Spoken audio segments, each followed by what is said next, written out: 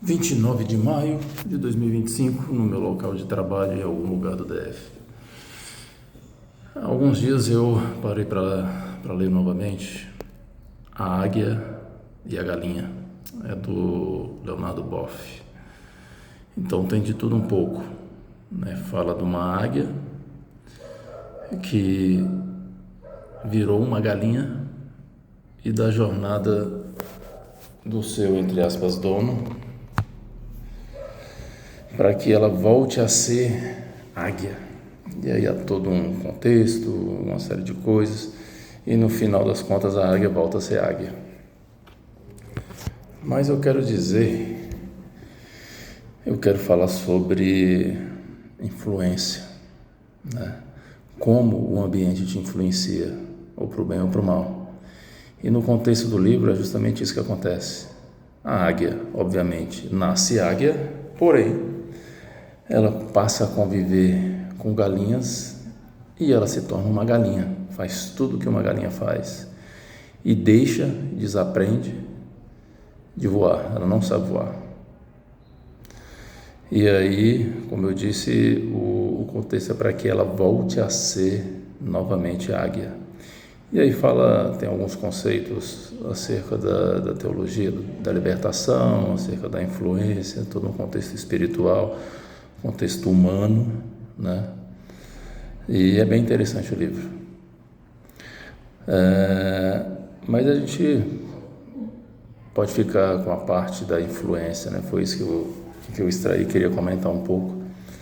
Essa influência, né? Qual o ambiente onde você vive, como te molda, né? Como faz você viver aquilo. Se for um ambiente totalmente favorável, positivo, né, há sinais de crescimento e evolução.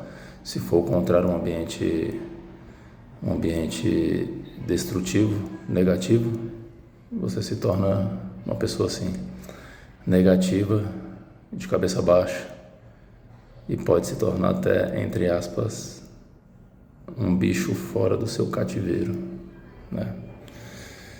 Mas o mundo está repleto disso, o mundo está repleto dessas influências, né?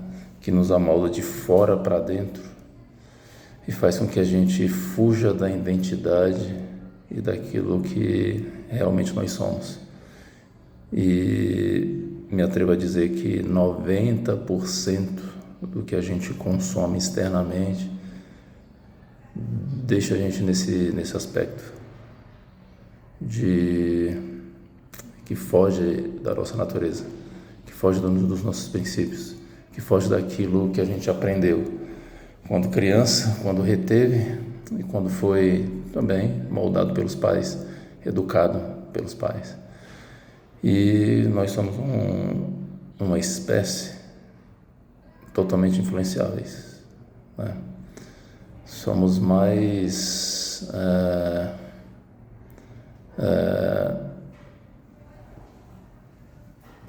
moldados para isso.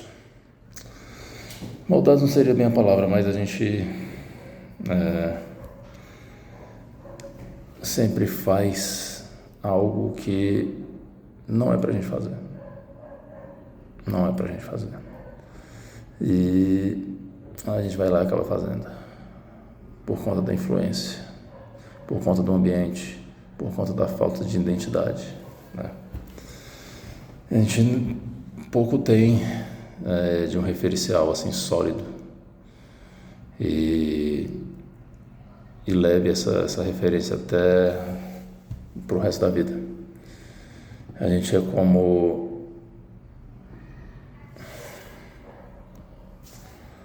se a gente fosse como a onda do mar, vai e volta, vai e volta, vai e volta, vai e volta, sem um equilíbrio, sem uma consolidação, sem algo específico, né?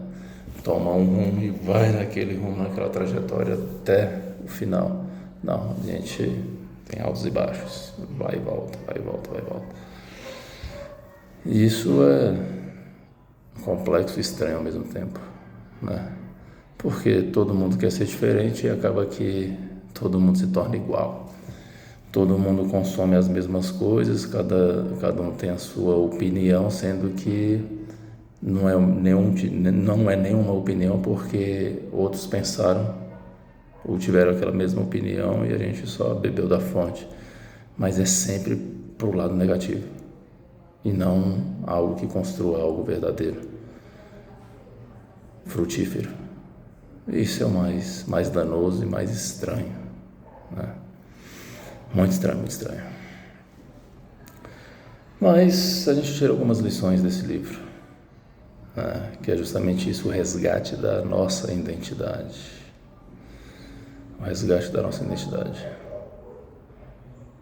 E que sempre há tempo desse resgate. Por mais influenciáveis que nós sejamos, sempre há tempo de resgatar essa nossa identidade, a nossa essência, né? Eu sei que tudo nos influencia, eu sei que o meio nos influencia.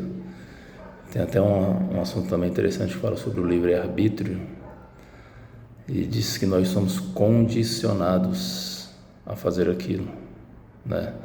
Ou seja, por algo fisiológico, né, interno, porque um comportamento fez com que a gente pensasse daquela forma, né? Um exemplo, a sede.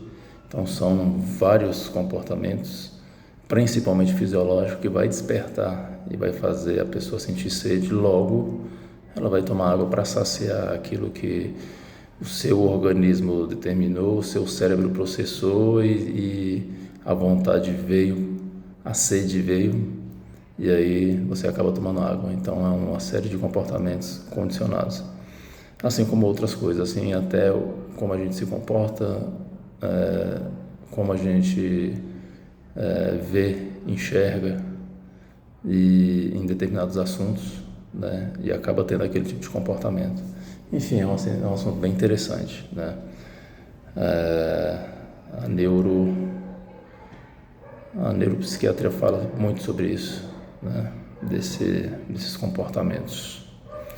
Mas aí é um assunto para um outro vídeo. É bem interessante. Mas enfim, o que eu quero passar é justamente essa questão da identidade, do resgate, e que a gente pense sempre, ou tenha sempre influências que sejam verdadeiras, e que a gente possa ser verdadeiro consigo mesmo, sempre, sempre, sempre. Tá certo? Então, é isso aí, vida que segue.